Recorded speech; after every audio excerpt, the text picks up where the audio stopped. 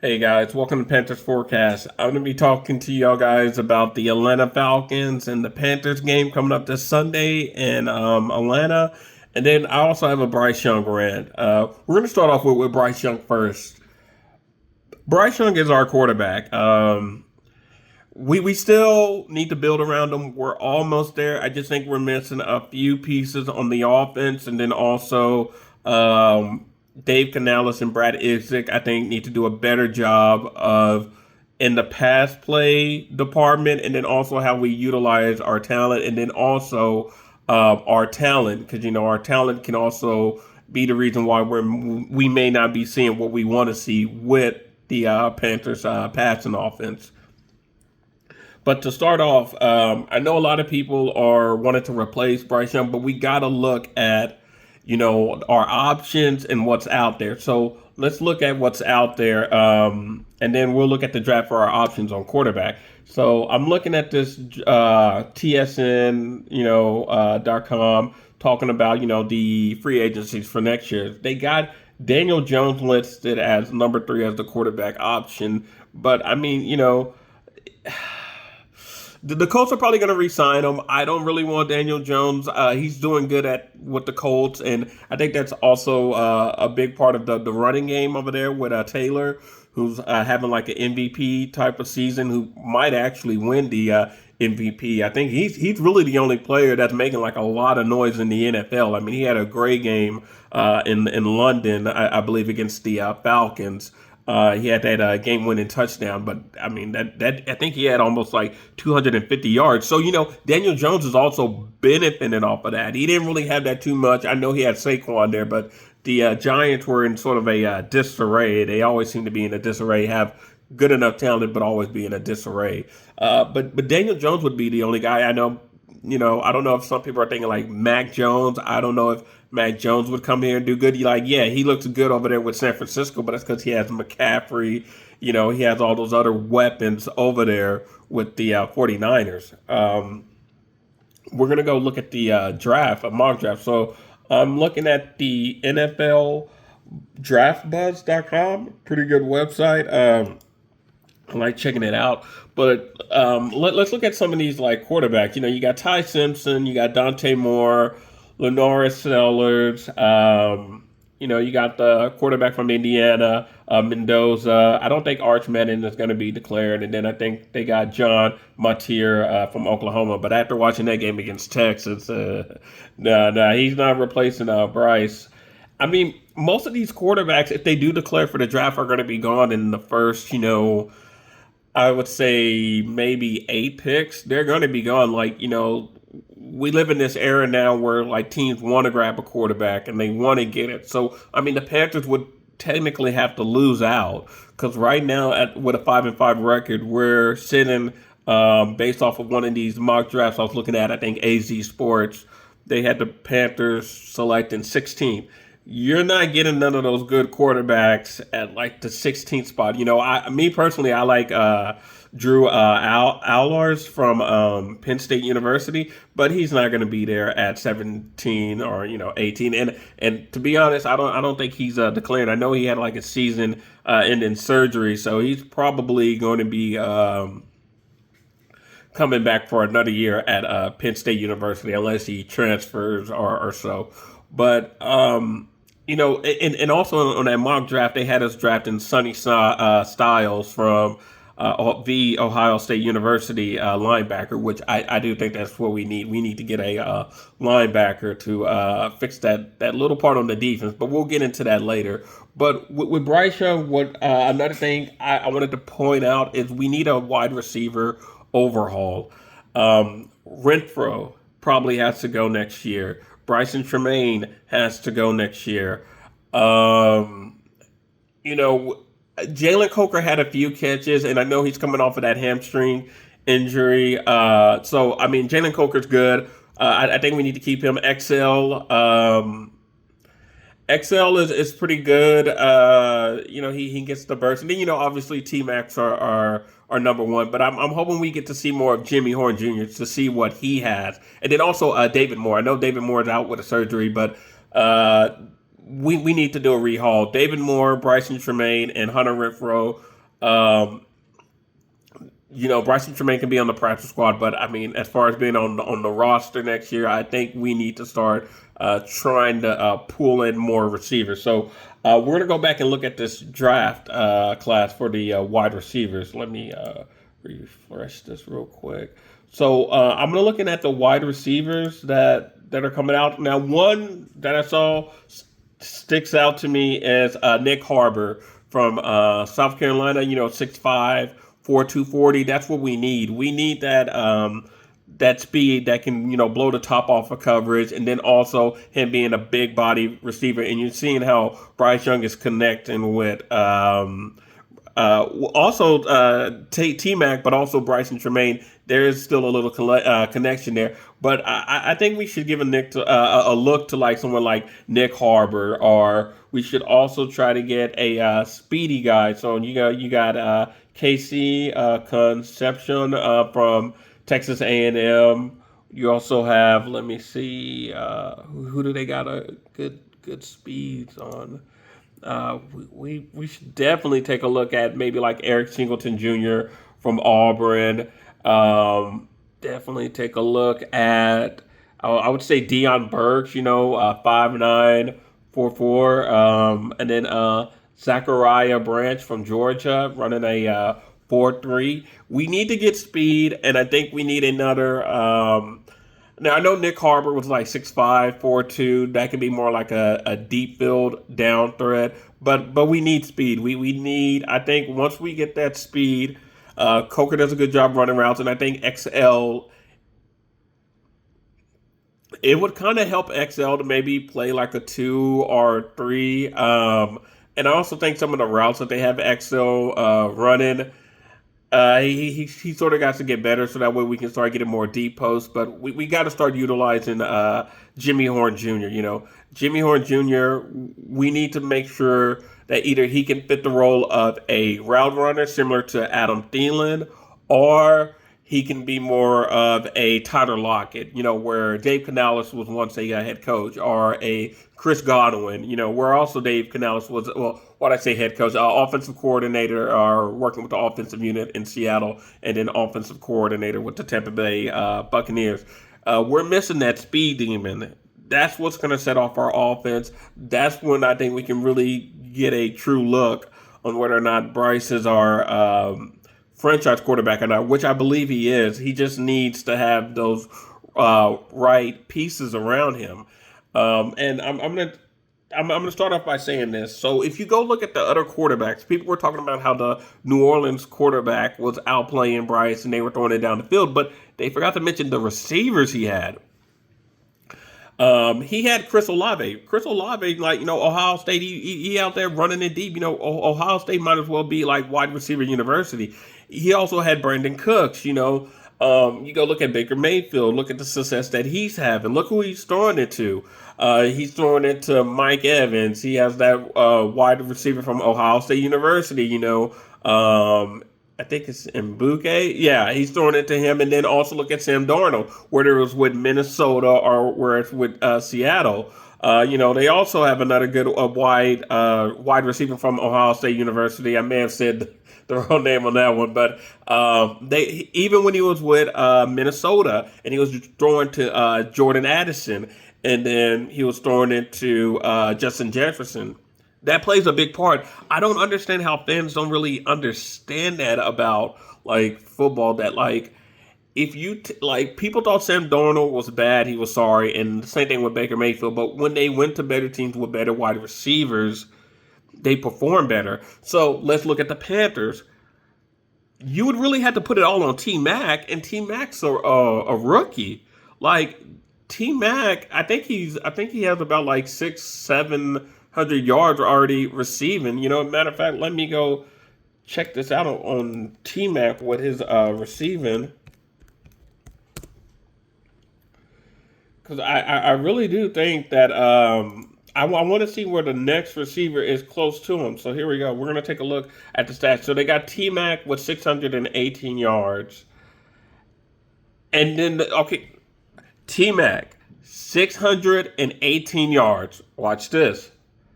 Xavier Leggett, 181 yards. Our next one after that is Jatavion Sanders, 148 yards. Rico Daddle, 142. Tommy Trimble, 130. Chuba Hubbard, 119. Bryson Tremaine, 116. Coker just got back up, and Jimmy Horn just got in there, but that's 66. Hunter Renfro has 89. I mean, let's just call it for what it is. I mean, and plus, you look at the targets. T Mac has 77 targets. XL has 38 targets. And then the next receiver right there, Pels. Like it's crazy. That we can't just win off of one receiver. You know what I'm saying? And this is going back to what I was saying with the McCaffrey treatment, where they were utilizing McCaffrey a lot to sort of blemish the offensive line. Failures around Cam Newton and whatnot, and then also not so much trying to get him a wide receiver. More wide receiver weapons. But with T-Mac, I guess they're trying to put their chips and hope that he covers up all the offensive deficiencies. But the problem with that is that if you look at some of the routes that T-Mac's running, he's running like in the middle of the field. You hardly ever see us get those deep vertical routes with T-Mac. And then I also, I lived in Tucson, Arizona, so I watched T-Mac at the U of A. And even with Noah Fida, they weren't really like throwing like 70, 80-yard bombers. Like even if those did happen, it was because Noah Fida was running around and the defender lost control or lost sight of T-Mac, and T-Mac got behind him, which did happen sometimes. But that's in college. In the NFL, defenses are going to be more suffocating, and Bryce Young isn't really as mobile as Noah was at the U of A. Bryce Young, yeah, he can scamper and get like 10 yards when the defense are like back trying to protect the pass, but he's not really that mobile or moving around like a young Russell Wilson or a Lamar Jackson. And then, it allows the receivers to, make up something on the fly and get a big gain. So, but that is still indeed an important to look at, that we only have T-Mac. So T-Mac is more like a jump ball, medium range receiver right now. He might grow into later on being like a deep ball threat where you can just throw it up like Mike Evans. But okay, let's look at our next receiver. XL is sort of hit and miss. He has his days, he's on and off. Coker's pretty much like a possession receiver. He has some pretty good like twitch and moves, sort of like Hunter Renfro. Hunter Renfro is, almost what Jalen Coker is, but he's just older. He's older. You look at Bryson Tremaine. He's a big body, but he doesn't really have that speed. He has a little twitch, but he doesn't really have that blow the top off the coverage speed. Jimmy Horn Jr. That's our only receiver that I think on this team that has maybe, because we don't know. We don't know with Jimmy Horn. You saw it a little bit in Colorado, but you just don't know with Jimmy Horn if that translates to the NFL, and if he can do that to NFL corners and just blow past them. And that's why I know me and a few Panthers fans are wondering, like, when are we going to start to see Jimmy Horn Jr. in a more serious role than just these jet sweep, gadgety plays. Just line him up as a receiver, make him do the damn thing, and let's see what we have, because we're inching up on like the draft, and then we're still trying to make a playoff push. But that's one of the problems I have with Dave Canales. He's a little bit sort of late to the trend. You know what I'm saying? Like we should have been doing the whole youth movement on this team, but it took like 2 early losses and letting go of DJ Johnson, which that's more on Avero, of doing the youth movement. We have to do the youth movement, and they saw that by giving like Hunter Renfro less snaps and as the season progressed. But we need to start using our weapons more accurately. And then also the Panthers draft history. The Panthers, if you understand, we don't really have a good draft history of wide receivers. We'll draft Dwayne Jarrett. It didn't work out. I know people will say Steve Smith. Steve Smith was in a 3rd round pick, and when we had Steve Smith, he was returning punt returns and all that kickoff returns, and then eventually he became the Hall of Fame receiver that he is, that we know him as. But the only other receiver that I feel like we intentionally did a good job of drafting that was a good receiver was DJ Moore. DJ Moore was the first one that we drafted in the first round, and he panned out. It's sad that we had to trade him. But if you look at the history of Jonathan Mingo, we were trying to get Jonathan Mingo because he had these attributes and this and that and yaks and stuff, and that didn't really work out. Xavier Leggett. I might actually look up the draft that Leggett came out because I still want to wonder. So in that draft where Leggett came out, I know for sure I wanted us to get Xavier Wardy. That's who I wanted the Panthers to get. I wanted them to get either Xavier Wardy or Adion Mitchell. I know Adion Mitchell hasn't been panning out.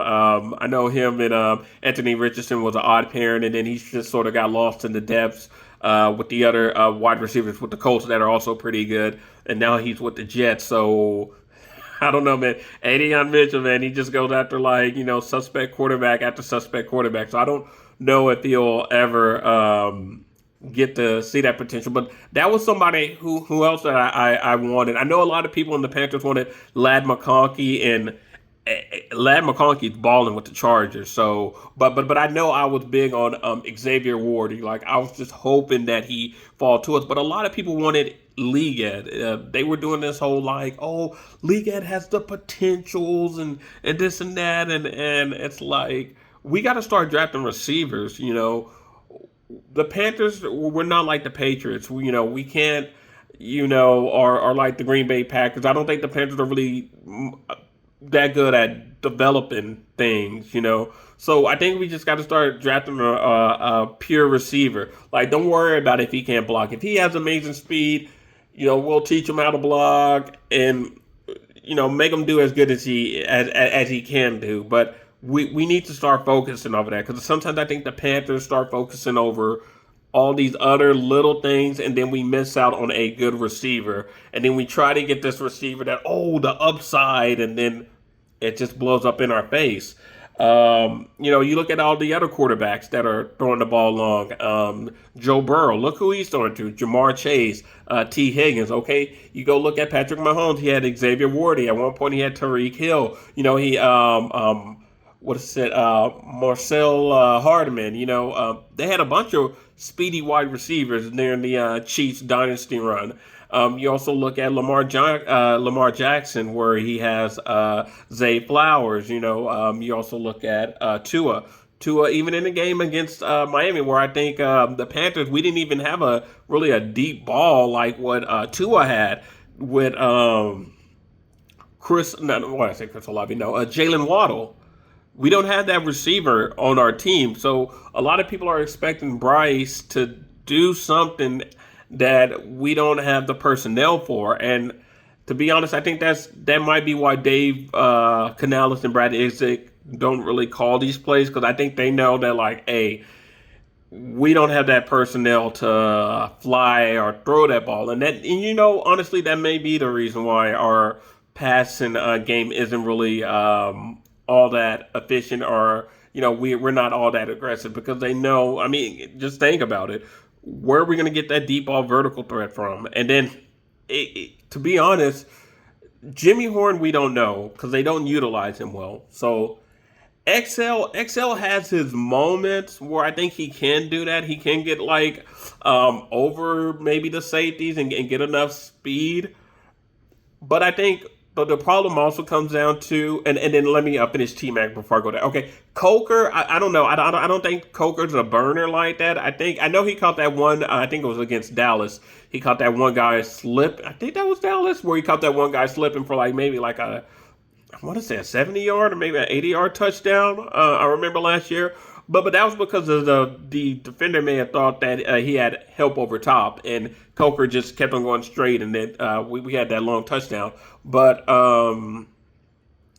T-Mac, we don't really give T-Mac that option that much. And I mean, against these NFL corners, I don't, and then also safeties, I don't know that that's always going to be like a fruitful, response that we're going to get. Like it's just going to, we may get a PI because he's pretty big, and defenders are going to be holding on him, grabbing his arm. We might get some PIs, and we should start attempting that pretty soon. And we might see that against the game in against Atlanta. They might feel the need because of all this backlash in the media to probably start having more vertical routes with T Mac, but. We definitely do in the future need to get a wide receiver that can challenge that, and I just don't think we have that on the Panthers. We do not have that speed threat on our offense. Our receivers are they're a mixed bag, but it's not really so much in a Swiss Army knife way, mixed bag where it's like a good thing to have. Another thing I wanted to talk about was, let me see. I hit up on that. Uh, at 5-5, so a lot of people I've been hearing are trying to make the Panthers seem like this is a failure. What do I think? Are we a failure? Are we a success? I gotta say that right now at this point we are it's been a success so far. I understand that we got like few pieces missing on the defense and a few pieces missing on the offense, but at 5-5, we're right now one game, I believe, behind the Tampa Bay Buccaneers. Let's go look at our standings because I think we got 5 wins. The Bucks got 6 wins. Yeah. So if the Bucks lose, I think tomorrow, and what I say tomorrow, if they lose on Sunday to the Bills, which is it's possible. I mean, they're going to be playing in Buffalo, but if we win against the Falcons and the Bucks lose to the Bills, I think we would be first in the NFC, or maybe a half a game back. I know they would be 6-4. We'd be like a half a game or a game back since we would be like 6-5. But that's a success. And I felt that coming into this season and you can watch some of my older videos and I've been saying this. Our best way to make it to the playoffs this year is through the NFC South route. So we have to win the division. The division is still, up for us. We can still win it. It's right there. So I think we're like, half. I think it's like 18 games this year. So we're like halfway through the season and we're like 2 games behind or a game and a half behind the Buccaneers. So that's a success. Any other year, I mean, hell, I haven't even been looking at the mock draft a lot this year, because of, we're in it to win it. I just think that the problems with our team is just that, here are the main problems. We probably do need to touch up on our secondary.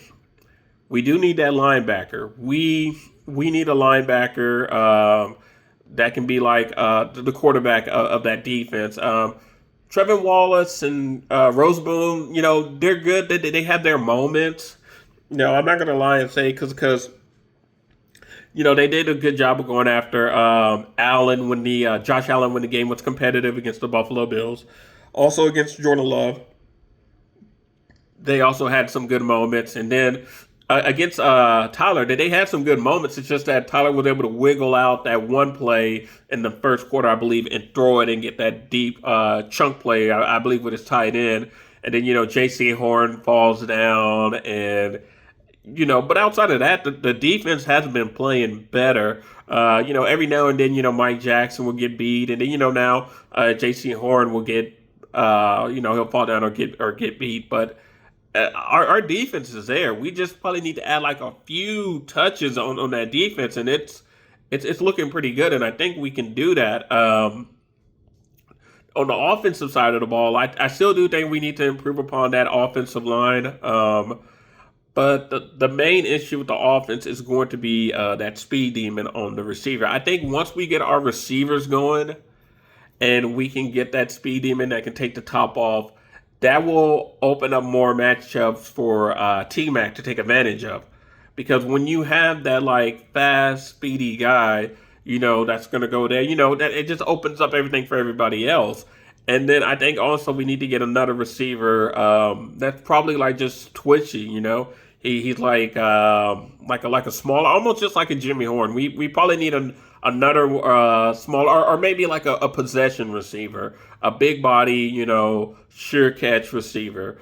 Hopefully we can find in the fourth to fifth round. And I'm going to say it again. I think our first round draft pick should go to a linebacker. Second round, probably get a corner. And that, I mean, let's go back and look at the free agency list because there was some corners on there. So let's see. So this is still on TSN on as far as the corners go. So for the 2026 free agency class, they have Alontae Taylor with the Saints. So he's going to be entering free agency next year. So we can take a look at that. And then another corner is Jalen Watson from the Chiefs. We can take a look at him. Reek Woolen, CB from the Seahawks. Has 11. Okay. So they say Woolen's elite traits and Pro Bowl talent should create a strong matchup. He has two pass breakups Sunday against the Cardinals. We're a good team. And as opposed to help in coverage. Okay, he has tremendous upside. So I mean, yeah. Then they got Greg Newsome, the second CB from the Jacksonville Jaguars. So I mean, there's some CBs for us to look at in the free agency market, and we can see if that works for us. I know Mike Jackson does a good job, but he has a pretty tough time with like speedy receivers. So we definitely need a corner that can handle some of these speedy receivers to be a protege under J.C. Horn and Mike Jackson, and then hopefully eventually take his spot. But I just think on the offense, we just need to get that speed demon and that another possession wide receiver. We just need an overhaul on that receiver. We need to help Bryce Young out because Joe Burrow, Lamar Jackson, Sam Darnold, Baker Mayfield, Jordan Love. I mean, look what Jordan Love's throwing to. He's throwing to like Christian Watkins and Matthew Golden. And, to be honest, they should have really let Jordan Love air it out a little bit more because I think they would have beaten the Panthers because they, except for that one where he locked it up, and I think it was picked off by Trevon Marriage. Matthew Golden almost came up with that one ball, and then eventually I think Christian Watson came up with one of those other deep ball passes. So, we can't expect Bryce to, loft it up or throw a deep ball route when we don't really have the wide receivers for that. But getting back to the what I was saying earlier, at 5-5, I do think this still has been a successful season. We'll see how it plays out. So let me get into my notes. I'm going to try to make it real quick with the game against Atlanta Falcons. So I don't think we should expect another blowout. Now, I went to the game in Charlotte against the Falcons for the homecoming, our first home game of the season, and we started off with a win. I don't think we should expect Atlanta to get blown out again. And the reason why I say that is their last two games were against AFC, possibly contenders. Like, if you were to ask me the AFC, I'm going to be like, well, I basically see the Baltimore Ravens or maybe the Buffalo Bills. The Buffalo Bills look like a stronger option to make the AFC Championship, although I still feel you can't count out those Baltimore Ravens. But the Patriots, so the Patriots that blew us out, the Panthers that just straight up dominated us.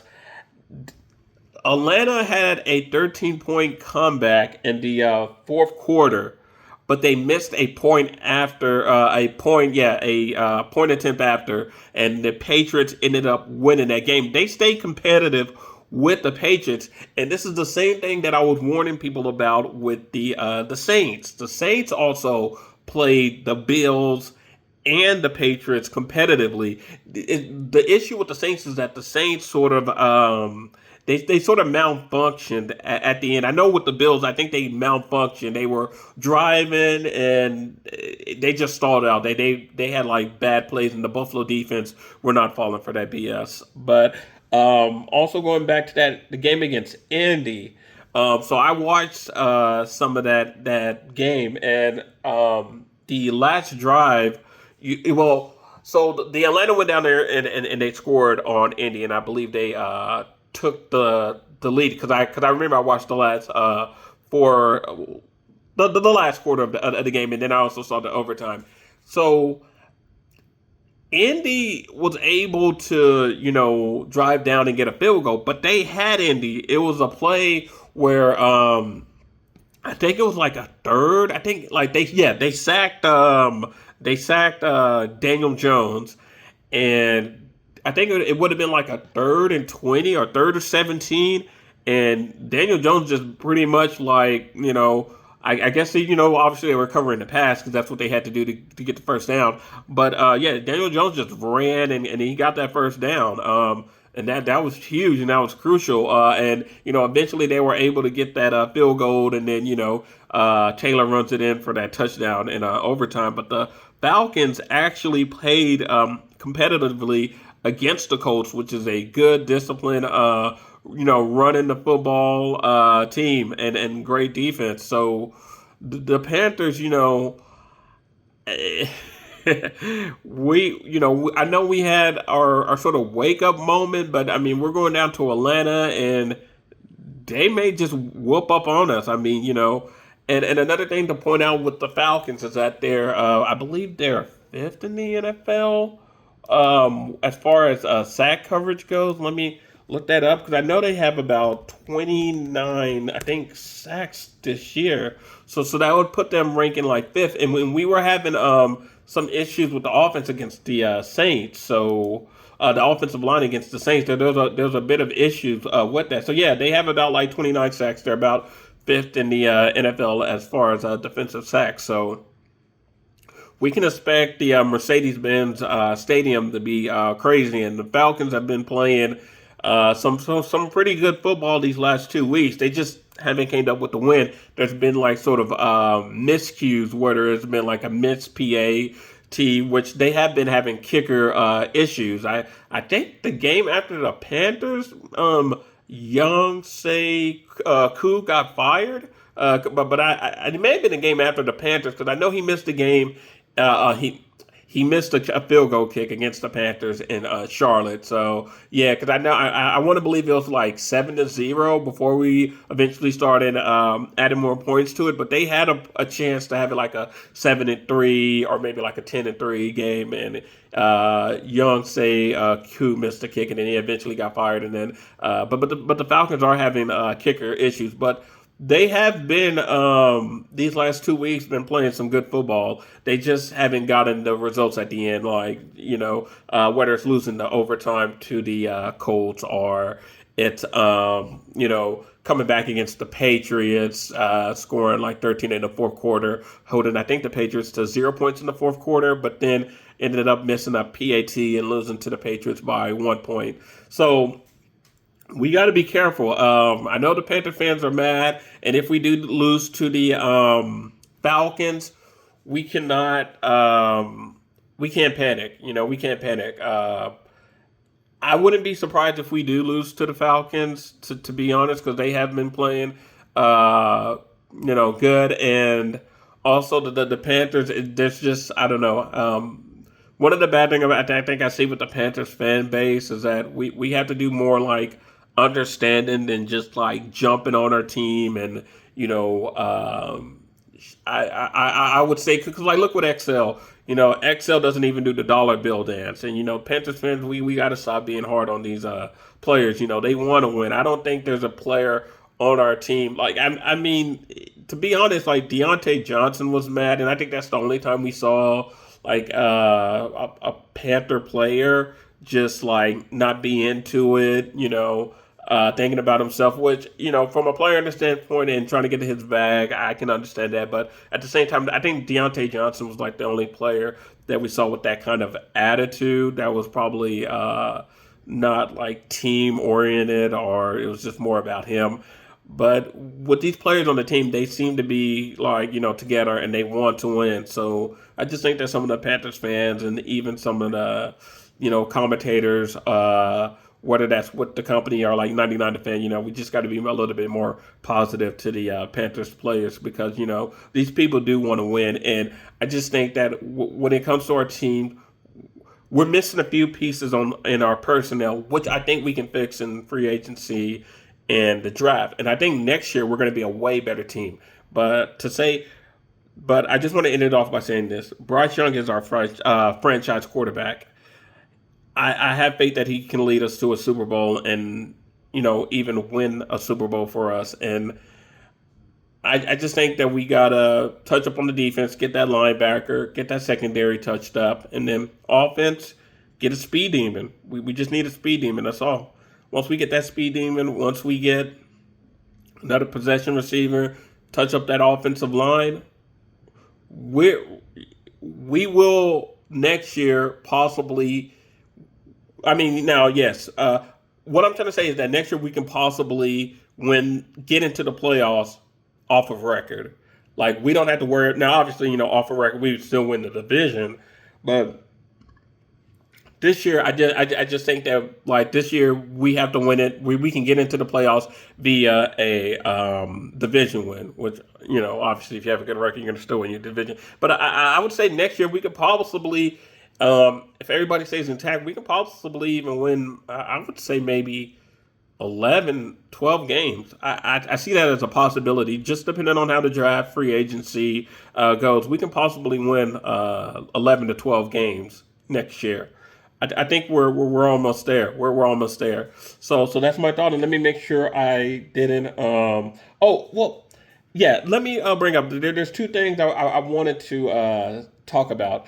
So with this Atlanta game, and I'm gonna try to make it real quick because it's been a long one. But with the Atlanta game, I want to see us get Jimmy Horn involvement. That's what I'm curious about. Is Jimmy Horn going to be running more deep routes? Because he's one of the more intriguing players. We have to figure out what we have with him before we enter the draft next year and free agency next year. So we have to hurry up and figure out what we have with Jimmy Horn. I still believe what I say. Bryson Tremaine, Hunter Renfrow, and David Moore probably should not be on the team next year. Those three receivers should not be on the team next year. We needed an overhaul on the wide receivers. And the last thing is how we use Rico and Chuba. I think in this game in Atlanta, if we want to have a chance to win, obviously, running the ball has been our like crutch to get some wins. So we have to understand Rico's health, and we need to utilize Chuba more. In this game, if Rico's still hurt or if he's slow, give Chuba most of the carries. I mean, you know what I'm saying? We can have a ground and pound game. Chuba can hopefully break out a long one, but put the healthy man in. Don't hurt, because, I mean, if we do hurt Rico Dowdle, then, that after the Falcons, we played 49ers and the Rams, and then I think we got like let me go back to our season. Let me go back to our schedule. So after the Falcons, I know we played the 49ers. Yeah, we have the 49ers, we have the LA Rams, then we have a bye. That's actually a nice time bye. I actually like that bye on week 14. I love that bye. I love it because like right after that bye, we can go back to the Saints, and that's really that's really a great way to like sort of get back into the flow and be like, hey, let's last part of the season, let's get it back together. So we have the Saints, then we'll have the Buccaneers twice. We'll have them week 16, and then our last game at the at Raymond James Field down in Tampa. And then we have the Seahawks. So, yeah, we got the New Orleans Saints, Tampa, Seattle, and Tampa again after that bye, after we play the Rams. So, yeah, that's just looking at that, depending on how we play against the San Francisco 49ers and then the Rams, We'll see. We got a chance. We got a chance. I still want to see, but I mean, I wouldn't be. I just want to hurry up and end this because I know this one's been long. But yeah, we got a chance to beat the. Well, no, let me say that. I think we could possibly lose to the Falcons. I wouldn't like I said. I'm kind of sort of expecting that, but I want to see us still play a good game. And then, but I forgot what I was talking about. With Rico, well, that's what I meant to say. With Rico, if we hurt him or if he gets injured, against Atlanta because we're still force feeding them the ball like crazy. We're going to be going up against San Francisco, Los Angeles, and they got firepower. You know what I'm saying? And I'm interested to see how we guard Puka Nakua. That's one of the ones I really want to see. That's the one that I'm curious about. I know the 49ers have good receiver talent, and I'm also curious to see how we can contain McCaffrey. But we have to do a better job of utilizing Chuba more than Rico in areas where Rico is hurt. You know, I would say after the bye, I mean, we play New Orleans, Tampa twice, and Seattle. I think Seattle has the best defense of the three teams that we'll be playing because we played the Buccaneers twice at the end. But the New Orleans Saints also have a decent defense as well. But I mean, at that point, I would say after the bye week, we can go Rico hard. I guess to see if we make the playoffs or not. But we do need to start utilizing Chuba more and giving Chuba Hubbard more carries to help preserve and keep Rico healthy for that last four-game stretch after the bye. I think that's more smart. So I would love to see Chuba get more carries against the Falcons, the 49ers, and the LA Rams. And then after the bye, we could probably, start increasing, bringing Rico back and more into the fold. But yeah, those are my thoughts. I won't be able to watch the game. I'm going to be doing a Pokemon Go event this weekend for all of y'all that play Pokemon Go. It's be like a wild area, so I'll do my best to try to do a review of the game. I'll probably have to look at highlights, or I'll probably try to like cheat on my phone and watch the game and see a little bit of it. But yeah, I'm still going to also try to do a reaction. And like I said, to the Panthers fans, Bryce Young's our quarterback. Let's just relax. Let's take it easy. Because remember, we would have to lose out to get a top 10 draft pick. The quarterbacks in free agency are the quarterbacks in the draft, in the 26th draft. I don't think none of them are better than Bryce, but I think the ones, if you were to say that there were some that would be better than Bryce, they're probably going to be taking, I mean, think about it. The Jets are going to be picking down there. The Oakland Raiders are going to be picking down in that area. Like, they're going to be making their moves for those quarterbacks. So, I mean, whoever we want that we think that it's better than Bryce is, they're probably going to be gone. So, and I don't think the answer for quarterbacks coming in free agency. And I just think, and I still believe this, we are a few pieces away on our offense and our defense from next year in the 26th season. Or I don't know if they call it 27th season. I get that sort of confused. But next season, I think if we hit that draft correctly, if we hit free agency correctly, because we only got, I feel like a little bit of error on our team, we could. I'm telling you, I think we can be like a 11 or 12-win team.